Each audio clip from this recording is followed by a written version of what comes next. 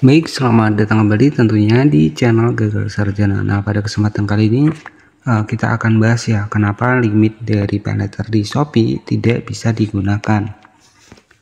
Baik, jadi sebelum lanjut ke pembahasannya, alangkah bagusnya buat para pendatang baru di channel ini, jangan lupa juga buat dukung channel ini dengan klik tombol subscribe-nya agar nggak ketinggalan nih updatean terbaru dari kami. Nah, di sini kita bahas di bagian dari SPayLater yang ada di Shopee ya. Kita langsung masuk di aplikasi Shopee-nya, kemudian di sini kita langsung masuk di bagian menu akun. Baik, di sini kita langsung saja masuk di bagian dari SPayLater. Nah, jadi ada Spinjam, SPayLater juga ada. Jadi untuk di paylater di bagian dari aplikasi Shopee, gunanya adalah kita itu bisa membeli produk yang memang bisa kita bayar lewat paylater.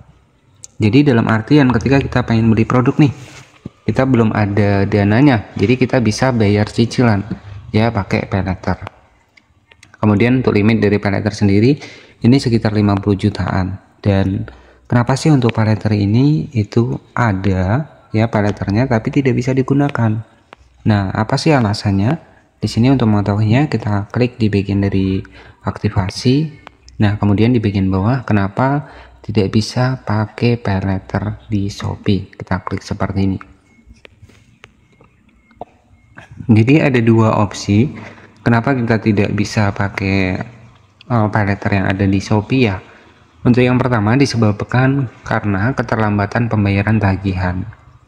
Nah, jadi sudah jelas kalau kita sering terlambat itu paylaternya mungkin dibekukan, jadi kita nggak bisa nih beli produk pakai paylater. Dan ujung-ujungnya paylaternya tidak bisa digunakan. Baik, jadi untuk yang pertama adalah keterlambatan pembayaran. Jadi faktor utama ya ketika kita sering telat bayar ya, itu otomatis menyebabkan kita tidak bisa menggunakan paylater yang ada di Shopee. Kemudian untuk yang kedua, produk tidak memenuhi syarat. Nah, jadi untuk produk sendiri mungkin yang nggak bisa menggunakan paylater adalah produk-produk yang tidak memenuhi syarat untuk kita bisa pakai paylater. Nah, jadi pastikan dilihat nih, biasanya di bagian produk itu bisa ada tulisannya bisa pakai paylater. Nah, jadi bisa disesuaikan. Ya, jadi seperti itu saja untuk pembahasan kali ini. Jadi paylater sendiri hanya untuk pengguna-pengguna yang terpilih.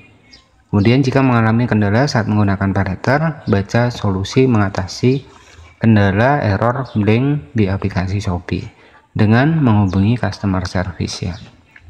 Baik, jadi seperti itu ya.